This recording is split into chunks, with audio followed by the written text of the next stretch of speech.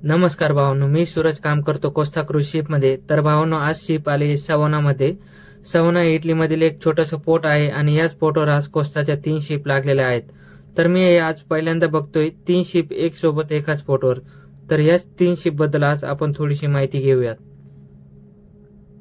सकाळचे 8 वाजले होते आणि वातावरण पण पूर्ण पावसाचं झालेलं होतं।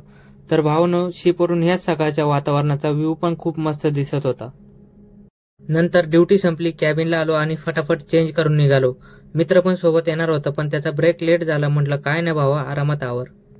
नंतर शिपमधनं बाहेर निघालो। बाहेर बघितलं तर काय पाऊस पण चालू झाला होता। पुढे टर्मिनलकडे आलो तर भावना इकडे असं सवनाचं क्रूज टर्मिनल आहे। समोरच शटल बस उभी होती। मध्ये गेलो तर काय ती पण फुल झालेली होती। म्हटलं भावा आता तर उभा राहूनच जायला लागणार। तर भावना ही आहे कोस्टा फॉर्च्युना। तर या शिप मध्ये पॅसेंजर कॅपॅसिटी 2702 प्लस 1090 क्रू। तर तिच्याच बाजूला कोस्टा तोस्काना उभी आहे। तर त्या शिप मध्ये पॅसेंजर कॅपॅसिटी 6554 प्लस 1645 क्रू।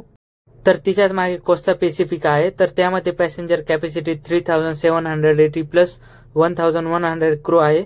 आणि भावना, तुम्ही बघत असाल की शिपवर एवढे छोटे छोटे फ्लॅग का लावलेत? तर ते फ्लॅग लावलेत म्हणजेच ती शिप तेवढ्या कंट्रीमध्ये फिरली आहे।